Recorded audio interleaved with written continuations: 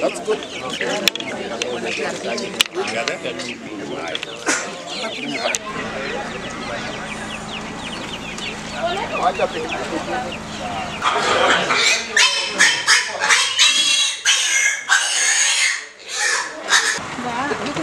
Nishikie nipande kwanza, kanasumbua.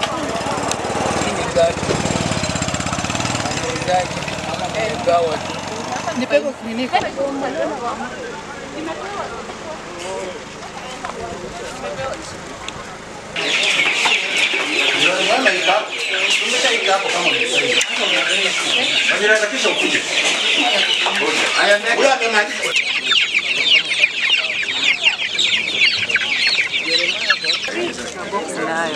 Weka box. Sasa weke kando boxi wewe.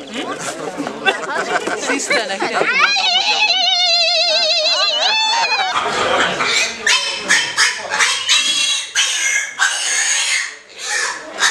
Hivi leo tuna distribute kuku kwa vikundi 19 na nguruwe pia tumeleta nguruwe kwa vikundi 40 na vyakula tuna distribute kwa hizo vikundi 19 za kuku. Umuhimu ya leo ni kwamba tunahitaji kuhakikisha kwamba kuna mifugo wa kutosha katika sub-county hii ya Nambale, kwa vile kupitia kwa mradi wa KELCOP tunajenga soko kubwa la kisasa hapa Nambale Township, na hilo soko litahitaji mifugo kwa wingi, na wafanyabiashara kutoka sehemu mbalimbali watakuja hapa ili kununua mifugo katika area hii.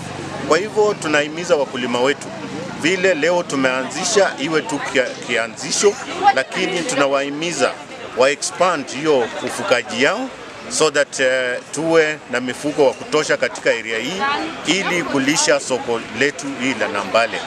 Kwa hivyo hivi sasa tuna expand the production na tunatoka katika ile wakulima walikuwa wanafuga tu kuku kama mradi wa kuishi tunayo, na tunawaelekeza sasa kuwa kwa commercial production so that tunaelekea kwa soko.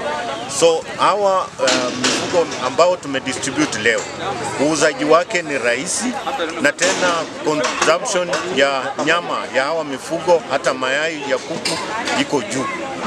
Kwa hivyo tumepata kwa wakulima wadogo wadogo, hii inasaidia kuliko tungeanza na ng'ombe ambayo inahitaji area kubwa ili kuimanage.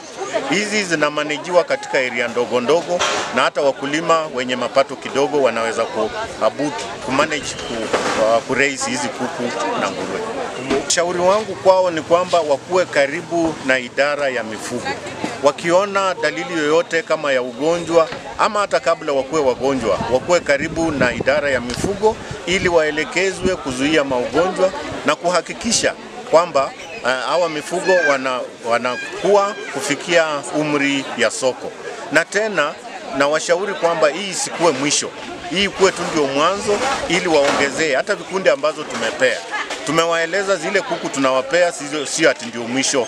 Hii ni kuwaonyesha tu kwamba wanaweza kuraise kuku kwa vikundi zao na wakauza, na wanaweza kuraise pia hizo nguruwe wakafikisha kwa soko wakapata pesa, na wakamanage kulipa fees ya watoto na kupata chakula kwa boma zao.